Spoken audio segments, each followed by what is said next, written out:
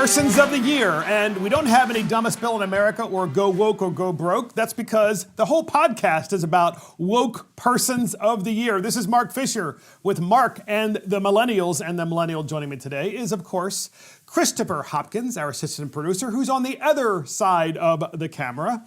And we also want to thank all of you out there for listening to Mark and the Millennials. We are rapidly growing, and we really appreciate it. We're growing across all channels. We thank you very much for listening. Please share and subscribe to our YouTube channel, but also share the fact that our podcast exists. And this is the only way that I think more and more conservatives are able to get their voice out there to the citizens of this great country. So first up, we're going to talk about the top 10 woke persons of the year.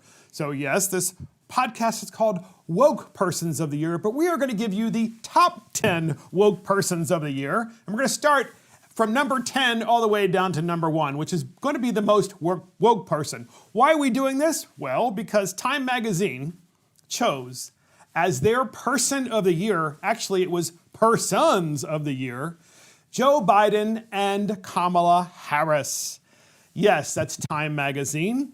That was their choice for persons of the year. Usually it's person of the year, but they decided naturally, in order to be really woke, they couldn't choose Joe Biden by himself because since his running mate is a woman, they have to have two people to make sure that they don't offend, which, you know, obviously it's funny. Why don't they just choose her, right? Why not just choose Kamala Harris, who's incredibly unaccomplished, in my opinion, to be in that position. But nonetheless, why not, right? Because she is breaking barriers. First, she would be the first woman vice president of the United States. That's legit, totally legit.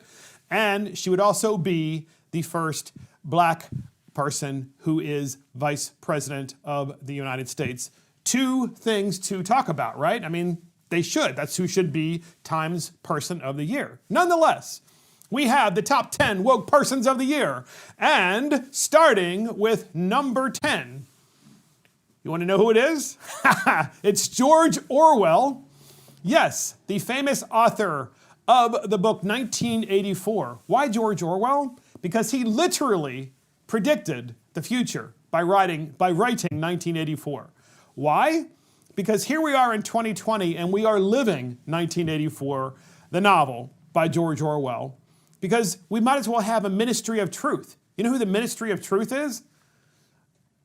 YouTube. That's who the ministry of truth is, because YouTube continues to change their policies by saying to us that we can talk about fraud in the election, but we cannot say that there was enough fraud that the election outcome would have been overturned. If we were to do that, kind of in a way that YouTube found offensive, they could literally just completely and utterly deplatform you. So YouTube, we don't want to be deplatformed. We don't. But nonetheless, we think that the number 10 nomination for the top 10 woke person of the year should be George Orwell, because we are living this reality in the United States where free speech clearly is a thing of the past, because big tech and big media, they're so powerful and such a few people control them that we can't even have the conversation. Some conversations we can't have at all. So, and by the way, Mark and the Millennials, we don't spend our time on this podcast talking about things that we can't verify, right? And we are going to talk about later on the podcast about Dominion voting machines and so forth. But the fact of the matter is we can't verify what's true with that or what's not true with that. And so we try to be careful as much as we can, because we don't want to mislead people on the one hand. On the other hand, we do feel like there's a lot of information that just isn't put out there. And so that's why in 2020, George Orwell wins the number 10 position of the top 10 persons of the year. So number 9, you ready for this one? It's AOC, Alexandria Ocasio-Cortez, for becoming GOYA'S Employee of the Month. We think AOC should be number 9, but no, most definitely the top 10 persons of the year, because she has worked so hard to make sure that the country gets dumber. And remember, this is the same AOC who represents a district in Manhattan that is poor and also middle class. And she worked really hard to make sure that Amazon couldn't open up corporate offices there, which would have hired, I think, a couple of thousand people and lifted a couple thousand people out of poverty. No. And by the way, I'm not a fan of Amazon. I'm like everybody else. I order sometimes from Amazon, but at the same time, I can't stand Jeff Bezos. So, I'm conflicted like everybody else. But nonetheless, if you represent a district that is poor or middle class, wouldn't you want Amazon to hire people in your district? I mean, wouldn't you say to Amazon, I'll tell you what, we'll let you, we will invite you into our community if you hire people who actually live here. Rather than just relocate people to New York, why not hire the people that are actually here and train them so they can have lifelong jobs and job security and get them up and out of poverty? But nonetheless, that is not what AOC wanted to do. And if anything, she just wants to cancel companies like Goya, because she tried to cancel Goya because the CEO of Goya, God forbid, actually is a Trump supporter. So AOC is number 9 top 10 woke persons of the year. So number 8, ta-da, I wish we had a drum roll, but that's okay. It's Nancy Pelosi. Nancy Pelosi for why? For passing a bill, just recently, mind you, that legalizes pot at the federal level, but kills the bills that actually help individuals and small businesses who are struggling and are either closed because of the pandemic and because of the blue state governors, and by the way, some red state governors too, or you're just unemployed, right? So instead of passing that bill, which helps everyday people who are struggling because of the pandemic, because they have lost their jobs or they've been laid off, or businesses that have been shut down by blue state and red state governors, instead of doing that, oh no, Nancy makes her priority passing a bill that legalizes pot. I mean, what does that tell you? That is the ultimate woke person in the United States, right? Because part of being woke is to completely have messed up priorities. It's like you got people starving in the street. Oh no, we don't need to feed them. We need to pass pot legalization so that way everybody can smoke pot. That'll take care of the food shortage problem. So that's Nancy Pelosi. And she is number 8. Number 7 is Staple Street Capital. You might be surprised about this, right? You're probably saying, who, Mark, is State Street Capital?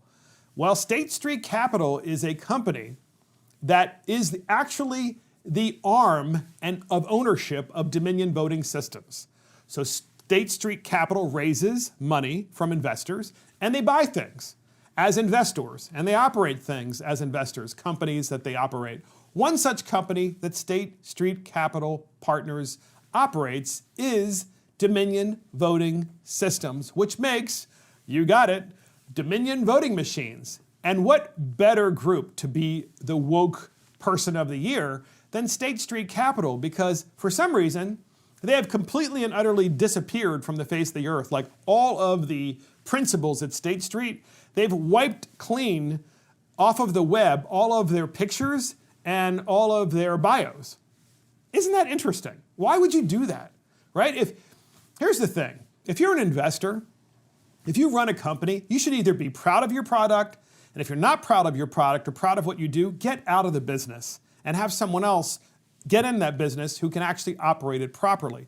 But no, State Street Capital is just remarkably completely clean the web of their pictures of the folks who are part of State Street, which I really find kind of super sketchy.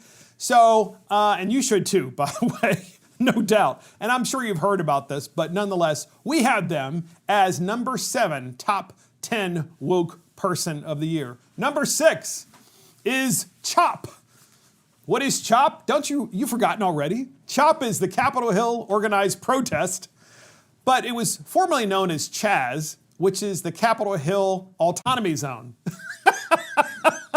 And so we have C.H.O.P, which is the Capitol Hill Organized Protest, during the Summer of Love in Seattle, of course, and Portland. You had this throughout the state of Washington, let's face it. There was this big Summer of Love in all of the urban areas in the state of Washington where, you could mark off and block off a part of the city and call it your own. even though you didn't buy it, even though you don't maintain it, even though you have, no claim to it, but you just do it because, I don't know, you can.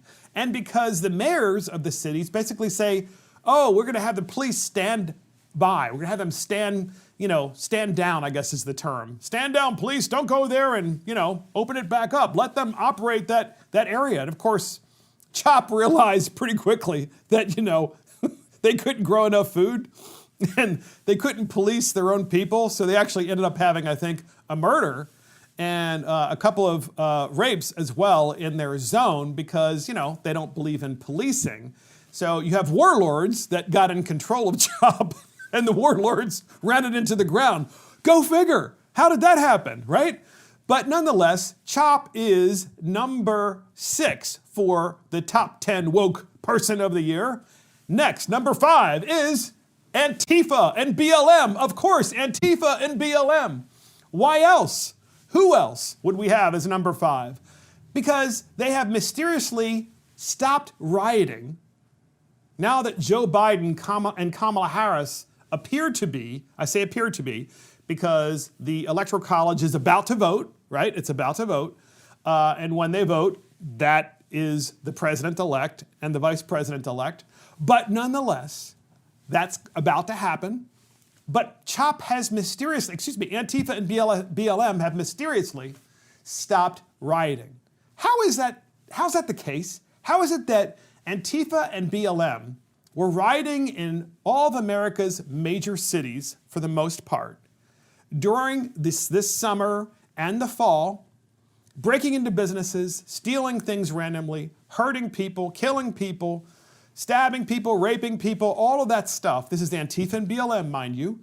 And then the election occurs, and miraculously, because they believed that Joe Biden and Kamala Harris are the president and vice presidential winners and will be inaugurated on the 20th of January of 2021, they stopped rioting. How is that possible? I mean, I don't understand why there's no one in the media that's talked about this, okay? I mean, nobody. You would think, look, if you're a self-respecting reporter, obviously you've drawn this conclusion, the same conclusion that I've drawn, which is they're obviously working for the Democrats. The rioters are Democrats. The rioters are basically Marxists. The rioters are, snowflakes who were really upset because, they were told to hate themselves and to self-flagellate. And therefore they go out on the street and they decide we're going to riot until we get our way because we're used to getting our way and that's just the way it is. Well, okay, fine. So number 5 of the top 10 woke person of the year is Antifa and BLM. Number 4, we're getting close by the way. Number 4, the DNC lawyers. Why? The Democrat National Committee lawyers, I almost said Democrat, sorry. The Democrat National Committee lawyers who wreaked havoc on voting integrity. Why? How? How did they do that? Well, because they engaged in hundreds of lawsuits and orchestrated hundreds of lawsuits with other lawyers in all of the swing states to expand voting by mail, including voting by mail after the election, and counting those votes after the election, eliminating voter ID, in other words, basically wreaking havoc on the 2020 election, which is why we are where we are today, which is why more than 70% of Republicans believe that this election was unfair. Look, that's what they did. They did that. They did that, not the Republican Party. So DNC lawyers wreaked havoc on our voting integrity without question. They are number 4 of the top 10 woke person of the year. But not to be outdone, we have 4.1. Instead of going to 4 and to 3, we're going to 4.1. Because 4.1 is Hunter Biden's laptop, because Hunter's laptop matters. That is 4.1.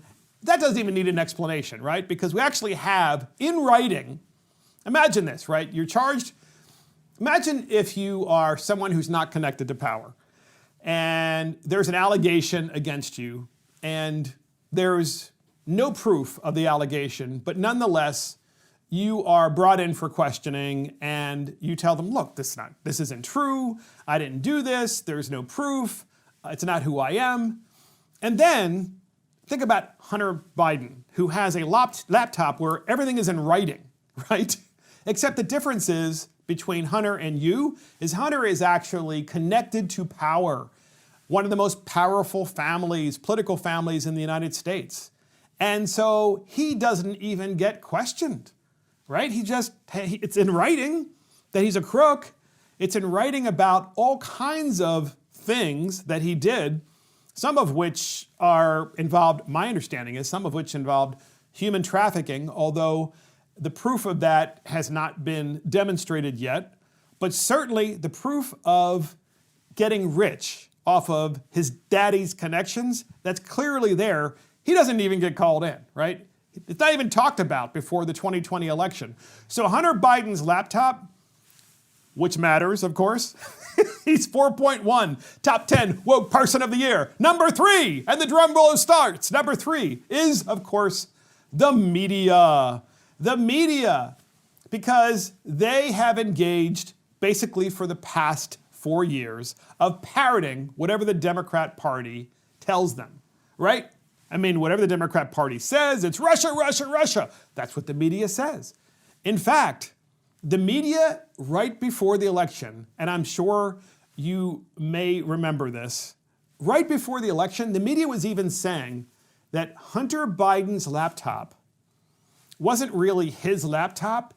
It wasn't Hunter that dropped the laptop off to that computer store, the computer repair store in Delaware. It was the Russians that did it. I mean, can you imagine? The media said that, which means the media wasn't even interested in learning about the story, in reporting the story, engaging in any kind of investigative journalism. Of course not. Why would they? So number 3 is the media for the top 10 woke person of the year. And number 2 is, of course, big tech, okay? Big tech, because big tech has literally engaged in and acted as the ministry of truth. So how many times, ladies and gentlemen, and podcast listeners, have you gone on Facebook? Have you gone on Twitter? Have you gone on YouTube? And you've seen, or Google, and you have seen what? You've seen, would you like to know the election? Would you like to know that Joe Biden won? Would you like to check that out? We'd be happy to tell you. Or you post something that talks about election fraud. And then, of course, Facebook and Twitter and Google and YouTube say, would you like to know who won the election? Would you like to know that fraud didn't happen? I mean, unbelievable. So they are, and they have become, their fact checkers have, become the de facto ministry of truth, which was, correct me if I'm wrong there, Christopher, wasn't that in George Orwell's 1984, the ministry of truth, right? So the ministry of truth was the ministry in George Orwell's novel 1984 that actually continuously changed history, right? They would change history nonstop to make sure that the current narrative is what was true. So there was no truth in 1984. The truth was whatever the Ministry of Truth said it was, and the truth could change from day to day. That's big tech in 2020. I mean, how frightening is this? It's unbelievable. So number 2, top 10 woke person of the year is big tech. And here it is, number 1. The number 1 top 10 woke person of the year is actually a person, and it is President Xi of China. Xi Jinping of China, for owning the Democrat Party. He, lock, stock, and barrel, owns the Democrat Party. The Communist Party of China, led by President Xi of China, owns the Democrat Party, period. And he is the top number 1 woke person of the year. And why? Because why else would big tech and why else would big media work in collusion with outside actors like China and others to make sure that Joe Biden, I don't know, would win? I mean, it's kind of obvious, right? Because the biggest threat to China's global dominance is Donald Trump. The biggest threat to China's global dominance is the Republican Party, especially the patriots of the Republican Party and the conservatives who have lived long enough to remember the Soviet Union and how they operated. And China, of course, is the Soviet Union on steroids, without question. So, my nomination for the #1 woke person of the year is President Xi of China. So get this, podcast listeners, MSNBC's Joy Reid rants about Republicans. That's right, MSNBC's Joy Reid rants about Republicans. Here's MSNBC Joy Reid's monologue just a couple of days ago about the Republican Party and Donald Trump. We have 3 clips on this. Here's the first of 3. Can't believe it. President-elect Joe Biden will be confronted by not 1, but 2 viruses when he takes office in 42 days. The first, of course, being the pandemic, but the second virus is the more pernicious long-term threat to our country, the disease of anti-democracy derangement, infecting nearly the entire Republican Party. And not just Donald Trump, to the point that Republicans up and down the scale, from national political figures to local yokels, are joining in Trump's increasingly absurd and far-fetched last gasps at overturning the presidential election. Can you believe that? So Joy Reid has decided to engage in, I guess, what is that? Identity politics? If you are a Republican, then you are, according to Joy Reid, a Trumper, and therefore you are anti-democracy. I mean, it's unbelievable that anyone would watch a channel so stupid. Namely, a channel that basically puts people in categories and one time after another talks about identity politics. It's so divisive. But podcast listeners, it gets worse with Joy Reid on this particular monologue. So how does it get worse? Well, she just turns into, I don't know, she turns everything into black, white. I don't understand what has happened to the media today. So here's Joy Reid again, speaking out about the disease of the anti-democracy derangement syndrome.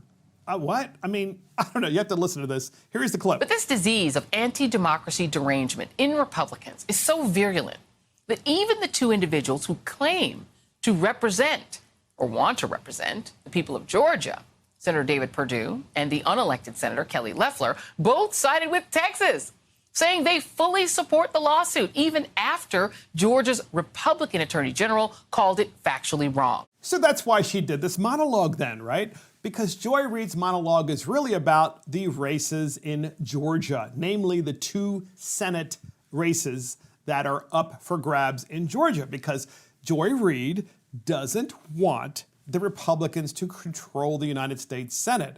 And her biggest fear is that the Republicans are going to tighten up the election laws to require, I don't know, voter ID or other kinds of restrictions, by the way, that would actually make our elections safer and more reliable, and so that we can regain confidence in our elections. But that's not what Joy Reid wants, because really, her whole monologue, when you listen to this monologue, it initially starts out, Republicans bad, and then, oh, by the way, the Georgia Republicans are really bad because they support Donald Trump. And then we have a third clip where she says, well, it's not just Republicans are bad and the Georgia Republicans who are running for the United States Senate are bad, but in addition to that, the Republicans are anti-democratic. They don't want a democracy. They don't want fairness in voting. I mean, literally, Joy Reid is accusing Republicans of exactly what the DNC and the entire Democrat Party has engaged in all year long, which is to make our voting systems less secure by voting by mail. We have that third clip, and here it is. Let's be clear. This isn't about fraud. Ken Paxton himself said as much. These Republicans are simply saying, in effect, they do not and will not accept that black voters should be allowed to cast votes, however legal those votes may be, to overrule the desires of a majority of white voters and tip elections that pick the president. Georgia Republicans made that very clear, outlining a plan to punish heavily black Fulton County and the Atlanta suburbs that delivered their state to Biden. by restricting voting by mail and rolling back the election laws that contributed to the state's record turnout in November. If enacted, the new law would eliminate no-excuse absentee voting. It would add a voter ID requirement to mail ballots for voters with an eligible excuse and eliminate drop boxes. In short, let's make it really hard for those black voters and young voters and suburban Democrats to do this again. So there you have it. Once again, Joy Reid is race baiting, right? It's typical MSNBC identity politics and race baiting, because the Democrat Party, ladies and gentlemen, is so terrified that Donald Trump and, equally important, the Republican Party and the conservative movement is getting more and more Black Americans and Hispanic Americans to join it and to vote for it, because that's the way so many people actually live their lives. But instead, she's race baiting and she's saying, well, the reason why the Republicans in the legislature in Georgia want voter ID and they want to eliminate no excuse absentee balloting, which we'll explain in a minute, is because they don't want black people in Fulton County, Georgia to vote. Are you kidding me? I mean, folks, are we saying that because of the color of your skin, that you are incapable of getting to the polls and voting like everybody else? I mean, that's what she's saying, Joy Reid. It doesn't make any sense. In fact, it's completely and utterly untrue. What is true is that voter ID is the only way to verify that the person voting is actually the person that is there in person voting. Duh. And then the other thing is no excuse absentee ballots is what has wreaked havoc across America. Because the idea that we can just mail out ballots to millions of people who didn't ask for them and then tell them, you know, hey, go ahead and vote absentee. There's no voter ID requirement that we need to verify that you're actually the one that cast that ballot. I mean, everybody knows, look, in my own household, and I've said this before in this podcast, in my own household, it's my wife and I who live there, and yet we got 4 ballots, right? We got 4 ballots. 4! So we could have, you know, requested with these absentee ballots and God knows how many times we could have voted for other people. And how many times did that happen across America? This is the problem. But of course, if you're MSNBC's Joy Reid, you don't really want to talk about the real issues and explain it to the American people, because if you did that, you might actually have intelligent viewers. Instead, yes, that's right. If you watch MSNBC, you are a unique part of dumb. I'm sorry, you really are. Because instead, what she does, Joy Reid, is she plays the race card just like Stacey Abrams, playing that same old race card and trying to say, yep, they don't want you to, you know, like Joe Biden, they want to keep you in chains, they don't want you to vote. Ladies and gentlemen, the most important franchise that we have in the United States is the franchise of voting, and voting in person is what should be done because of the simple fact that that's the only way we can verify that it's you that voted. Everybody knows it. You know it. I know it. Every podcast listener knows it. Everybody, by the way, Joy Reid on MSNBC, she knows it too. She totally knows this.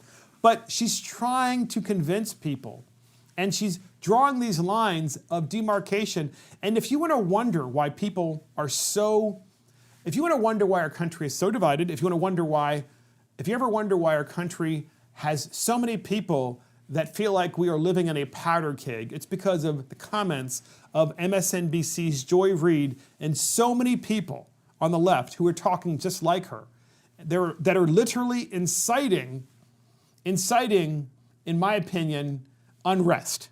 And that is so wrong. That is not the function of the media. It's also not the function of politicians. It's the function instead of informing. It's supposed to inform. It's supposed to bring people together. It's supposed to come to a consensus of why we want to make voting safer. So next up, podcast listeners, get this. Donald Trump gets a huge ovation at the Army-Navy game. That's right. Donald Trump gets a huge ovation at the Army-Navy game. You might wonder, why does this matter? It matters because we just had an election and there's an entire political party that is terrified that Donald Trump has this lasting popularity with some Americans, right? With certain constituencies in America. One such constituency that Donald Trump has a huge amount of popularity with is the military. So the Army-Navy game this year was held at West Point, and the president was responsible for doing the coin toss. So the president walks down, the aisle, down the stairs, down the stadium, onto the field, and when he's announced and the folks at the Army-Navy game, all of the audience as well as the folks who were part of West Point and, of course, Annapolis are present there. Naturally, there's a lot more social distancing that's there than normal, so it's not a full stadium. You wouldn't know it by the noise. And we want you to hear this because this is important. It's very important because this terrifies the left. We have a clip on this, and here it is.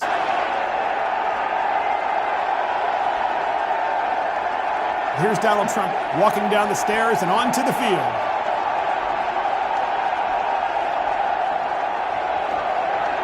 And eventually, it just gets louder and louder, and people start chanting USA, USA.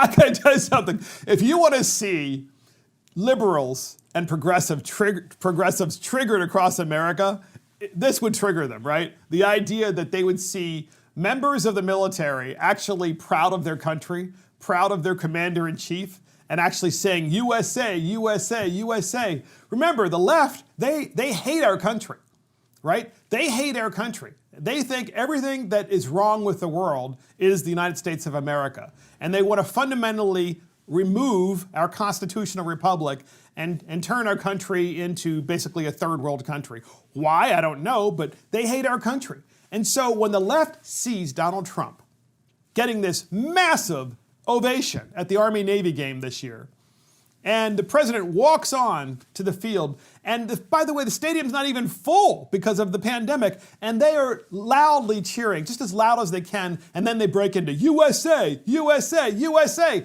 And the president's there. I mean, he's proud of our country. He's proud of the military. I'm proud of our country. I'm proud of our military. Folks, this is the direction that we need to go into because we have an epic battle with China. We all know it, and you know who else knows it? The highly educated folks in West Point and in Annapolis who are there studying our adversaries. And they know that the number one adversary in the world isn't Russia, it's China.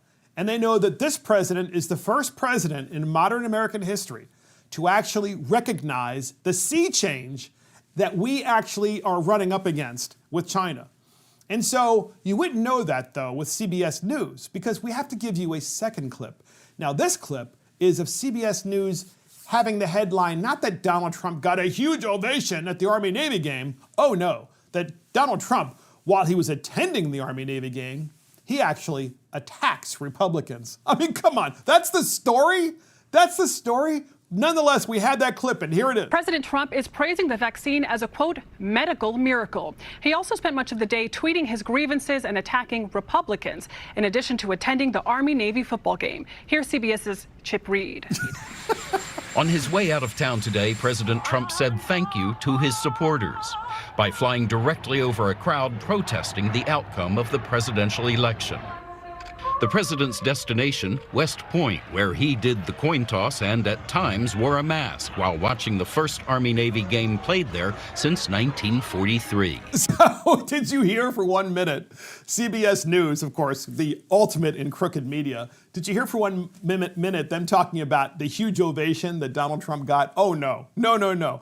They, of course, want to sow more division. Donald Trump, at sometimes wearing a mask, not all the time, but sometimes wearing a mask. And while he was there, he was attacking Republicans, but they don't tell you about how much the American military loves this president and respects this president for the direction in which he is taking our country and recognizing the 21st century threats, not the 20th century threats of Russia, but the 21st century threats of China. And good for you, at least some news programs, not very many, are talking about this, but not CBS News and the fake news. Not at all.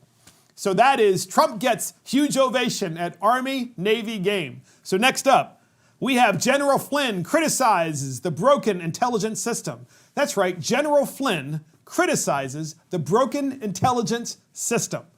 So General Flynn is on Maria Bartiromo. By the way, this is the first actual interview of General Flynn on any major news outlet since he was pardoned. So Maria Bartiromo on Fox Business News asks General Flynn a number of different questions about where we are with the President of the United States and the election and so forth. And we have to be careful because we don't want to be deplatformed by YouTube. So we're going to just let General Flynn's words speak for themselves. We have several clips on that, and here's the first clip up. You have the DNI coming up on, I think, this Friday with a report on a whole range of issues. If he does the duty that I think he is very capable of doing, and the intelligence community provides a clear, unfiltered assessment, then they're going to discover that. And one of the things that I would recommend, if I were the DNI, or certainly if I were the National Security Advisor, is I think that the President of the United States has to trigger his executive order, I think, of 2018, and probably appoint a special counsel to look into all this. And what that does is that does slow everything down and has to put on a fast track to be able to determine exactly what happened, because we have serious foreign influence problems with this Dominion voting machine. So that is the opinion of course, General Flynn on Maria Bartiromo, talking about a lot of different issues simultaneously, right? Certainly his issue, which was that he was charged with, collusion with Russia. And of course, the whole idea was to capture somebody in the Trump administration in the early days of the administration, in fact, even prior to being sworn in as president, that they could basically hang the hoax on. And we now know that it is a hoax, by the way, the hoax being the Russian collusion hoax.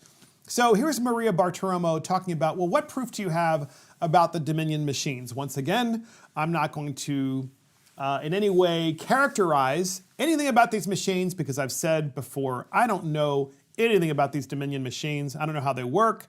All I can do is read what all of you are reading out there in podcast land and listen to what you're listening to. You probably missed this particular interview that we're giving you, and that's why we're putting this on this particular podcast. So here is General Flynn talking about the Dominion machines in his own words. So there is evidence already, and like I said, you go to the defendingtherepublic.org, and in there is the evidence. It's clear. And why not? So from my perspective, as in the position that I have been in, but also as an American citizen, why not go and look at this thing? I know that there is still a preliminary review being done up in Antrim County. I don't have all the details of that, but there's a hearing up there. I think, if I have it correctly, it's tomorrow sometime. But why not look into this if, in fact, the evidence that we have is true? And we definitely believe that it is true. There is clear evidence. And so what we have to stop doing is saying, well, nothing to see here. We're going to continue to march down the road towards a false inauguration. So that is, of course, General Flynn talking about the Dominion machines in his own words. And I have to say, we keep hearing, and he says you can go to their website. I think it was at defendliberty.org or something like that. There are other websites, too, that you can look at. I've looked at them kind of in a cursory way. Frankly, it's hard to know, right, because of the fact that there isn't a lot of information. There's a lot of censorship. Without question, there's a lot of censorship about this issue. But also because the American people, including me, all of us, let's face it, we're waiting for somebody with a great deal of authority and expertise on this subject matter to say more than just, hey, there were concerns and there were things that happened with the machines that don't look right. We want them to actually provide us the actual truth. And I know what you're saying out there. You're probably saying about, oh yeah, well, I've seen that video where that guy, scans in stuff and, you see what happens with the votes and so forth. Look, I've seen that as well, but the difference is we need, I think we have to have the mainstream media, sadly, we need more people jumping on this and looking at it in a critical way and provide the American people information that is reliable other than just say, hey, the machines didn't work right. We need to know specifically, we need to be shown specifically that what ended up happening was widespread enough that there was some sort of large-scale interruption. Let's put it that way. So we have a third clip in this series where Eric Swalwell remains on the Intelligence Committee, according to Mike Flynn. Isn't that kind of odd? And of course, once again, Maria Bartiromo asks the question and Mike Flynn answers. We had that third clip and here it is. And our members of the House, but we have people like Swalwell over there that has got this massive problem. While the counterintelligence structure and system and leadership was focused on Mike Flynn and President Donald J. Trump, the counterintelligence effort, they should have been focused on Swalwell. And I will tell you that if there's one smoking bush there with Swalwell, I guarantee there's others. And so the counterintelligence system in our country better get rid of this arrogance that they've had under people like McCabe and Strzok. And they need to make sure that they're really going after the real threats that we have. And that threat against that we have now learned about Swalwell, and frankly, Hunter Biden and the entire Biden Foundation and family, this is dangerous stuff. We are playing with fire right now. So that's General Flynn talking about Eric Swalwell. Why is he still on the House Intelligence Committee? And Hunter Biden, how is it that he can be the Vice President of the United States' son, Vice President Biden's son, yet not actually be charged with any kind of a crime after colluding with China? And the same thing with Swalwell. I mean, these are really good points, right? But how does that have anything to do with election fraud?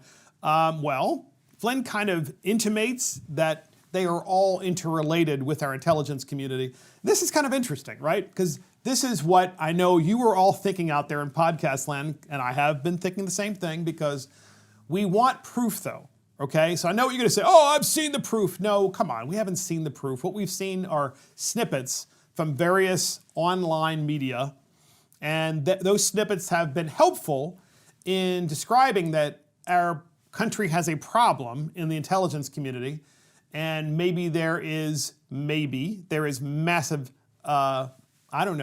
collusion with China. Maybe it's just a few people, maybe it's hundreds. I'm not really sure, but it sure would be nice to finally get the proof. So I have something interesting to read to you about this very issue, and it's from the Daily Signal. And in the Daily Signal, they have a section that says, is this post-election dispute unprecedented? In other words, is the dispute about the Electoral College, and that is to say, is there a potential dispute where the Electoral College could some people not vote at all because they're not happy? Some people are concerned, they want more information. So is this election dispute after the election, is it unprecedented? Has it ever happened before? And so here's what the Daily Signal says. Election-related litigation making the case to state legislatures and potential activity in Congress most certainly have precedent in presidential politics. The elections of 2000, 1876, and 1824 come to mind, but it's not necessary to go back that far. 4 years ago, the shoe was on the other foot when the left went into overtime to delegitimize the election and open calls to throw the Electoral College to Hillary Clinton after Election Day, said Snead of the Honest Elections Project. We risk the country on both parties only viewing an election as legitimate if their candidate wins. Makes perfect sense to me. After Trump won the 2016 election, several Democrats pushed movements to encourage Republican electors to vote for either Democrat candidate Hillary Clinton or someone other than Trump to deny him the presidency. That actually happened, folks. After that election, Representative Jim Hines, Democrat of Connecticut, said, quote, I do think the Electoral College should choose someone other than Donald Trump to be president. That will lead to a fascinating legal issue, but I would rather have a legal problem, a constitutional legal problem, than to find out the White House was now the Kremlin's chief ally. Ladies and gentlemen, this is what happened in 2016, okay? In other words, before the Electoral College actually even voted, the Democrat Party, working with deep staters in our, probably the CIA, maybe the FBI, and maybe other intelligence agencies, were literally feeding the Democrats this lie that there was Russian collusion, and therefore the electors at the Electoral College in 2016 ought not vote for Donald Trump. So the article goes on to say, also in 2016, Democrat elector Christine Pelosi of California, daughter of House Speaker Nancy Pelosi, led a letter signed by 53 other electors asking then Director of National Intelligence, James Clapper, for a briefing on Russian interference for the full Electoral College before the electors convened in their respective states. The Democrat electors' letter said that the Constitution envisions the Electoral College as a deliberative body that plays a critical role in our system of government, ensuring that the American people elect a president who is constitutionally qualified and fit to serve. So listen to that. So in 2016, Christine Pelosi, Nancy Pelosi's daughter,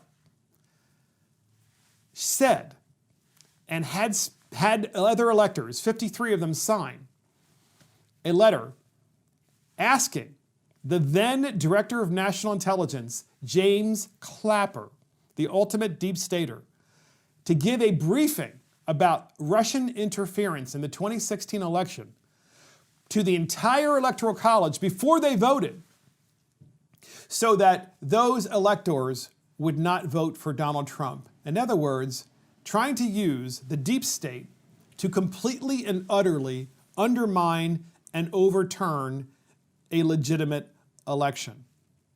Interesting. And what has happened since then? Well, you just heard from Michael Flynn. So here's my point, podcast listeners. Here's my point, ladies and gentlemen. We must think critically about this. And yes, we should be incredibly suspicious of the deep state. And we should be incredibly suspicious of what happened in 2016 and also what has happened in 2020. And I can only hope that the truth will come out in a timely manner, whatever, by the way, wherever that truth may point. I can only hope and pray that it comes out in a timely manner so that we can have peace and we can have tranquility in this country again, and so that people can trust their institutions and government. That's so incredibly important. And that is General Flynn criticizes the broken intelligence system. So next up, we have Chris Wallace grills Congressman Scalise. That's right. Chris Wallace grills Congressman Scalise. And how does he do that? Well, of course, they talk about the Hunter Biden investigation. And of course, all Congressman Scalise, who's a Republican congressman from Louisiana, all he wanted to do is come on Chris Wallace and talk about where we are with the stimulus and where we are with getting people checks and getting businesses assistance so as to make our economy not run completely into the ground.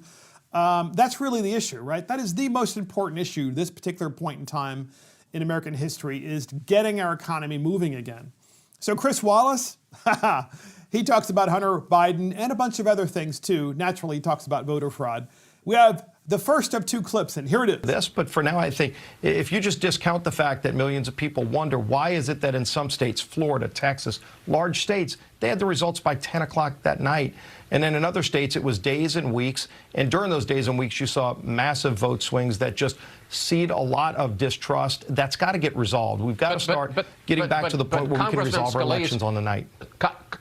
Congressman Scalise. Yeah. The reason that there were these vote swings was because in a lot of states they weren't able to count the millions of mail-in ballots until election night. And everybody knew that, and in fact it happened. In Florida, it went the other way. They were able to count the mail-in ballots early, so it favored Biden early, and then it swung to Trump. In Pennsylvania, they had to count the mail-in ballots late, so it started pro-Trump, and then it swung to Biden. So if you, according to Chris Wallace, he's saying that you really had swings in voting because of the fact that mail-in ballots in some states were still coming in, which is true, by the way, and mail-in ballots were coming in some states even days after the election. And at the same time, some states, on the other hand, counted ballots that were absentee ballots as they arrived, just prior to the election as well as the day of the election. So states handled the absentee ballot matter differently. Well, yeah, we know that. We know that. Scalise's point, and I'm not really necessarily sure he articulated it as well as he could have, because that's in part because Chris Wallace is such a tool when he asks questions. But here's the thing. If you know what the score is in a game, if you know the day of the election that your opponent is winning by 100,000 votes, and there are still mail-in ballots that can be put in the mail and arrive 3 days later, and I'm being careful, ladies and gentlemen, because I don't want to be deplatformed from YouTube. That's the God's honest truth. What is it that you could do? Well, let's use an analogy. Okay, so let's say you're watching a football game, and you are the one guy that knows that you could, you could actually add players to the game, and you could do that at the last possible minute, and you could violate all the rules. There's one example. But I have a better example. This is actually my son's example because he is a huge soccer fan. So Sam, if you're listening, this is on you. And that is, let's just say you have a soccer game, right? Soccer games, you only have a halftime, and the halftime's very short, and you have offsides in soccer. So the first half of soccer, both teams play by the offsides rule. The second half of soccer, only one team plays by the offsides rule. Is that really fair? Is that really fair? Of course it's not fair. And you can continue doing all kinds of things when you have the offsides rule applied to your opponent but not to you. And if you choose to not play by that rule, then, certain things can happen. So you might ask me, podcast listeners, Mark, why you not talking about the issue directly and so forth? Well, because on iTunes and on Spotify, where we send this podcast, among other places, and Rumble, we can say whatever we want to say. But on YouTube, they will deplatform you, so we have to talk about stories, unfortunately. So here's Chris Wallace saying, voter fraud, come on. And he's also talking to Congressman Scalise. We have that clip, and here it is. The Attorney General of the United States, Bill Barr, appointed by Donald Trump, said he had his federal investigators go out. There was no vote fraud. Well, Chris, first of all, you look at New York, right? The Claudia Tenney race in New York, she's up by 12 votes. Just the other day, they found 55 votes in a desk drawer. This kind of stuff, people look at this and go, what is going on? This is the United States of America. It's not Venezuela. That's what gets people irate. Why is this still going on? Let's have a chain of custody. Let's get back to making sure that everybody can have full confidence in our elections, but just to look the other way.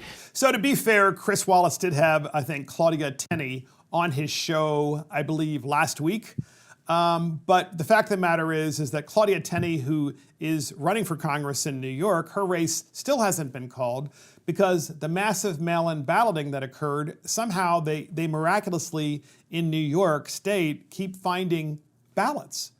It's like, oh, and that's true, by the way. They found a bunch of ballots in a drawer. I mean, come on, ladies and gentlemen. That's why we have an election day. There's a beginning and there's a definitive end, and the election is over. Did you miss it? Did you not cast your ballot? Too bad. That's why we have a definitive day. But not for some reason in states where Democrat governors run those states. The election continues until you get the outcome that you want. And that is the case with Claudia Tenney. And you gotta wonder why Chris Wallace really isn't interested in actually talking about this particular issue in more detail. In fact, even when he talked to Claudia Tenney, he really didn't even ask her the question like, hey, how many ballots have been found since the day of the election that you weren't aware of? I mean, here's a better question. How many ballots were actually mailed out in that district? how many were mailed out and how many were returned as of the day of the election. Apparently, election boards didn't know the answer to that question. And to be fair, maybe they didn't have sufficient resources to be able to run these kinds of elections because they usually run in-person elections, right? Maybe that's possible. So why did Governor Cuomo allow it to happen then? And we know why, because we have Claudia Tenney, who's, in my opinion, a clear winner of the congressional race, yet New York State won't call her election because they keep finding mysteriously ballots. The only problem is that the ballots they keep finding, for whatever reason, they haven't really gone in Claudia Tenney's opponent's favor, which means that it's only a matter of time before a new batch shows up, right? A new batch, except that batch will be like, 100 to 1. So for Claudia's opponent.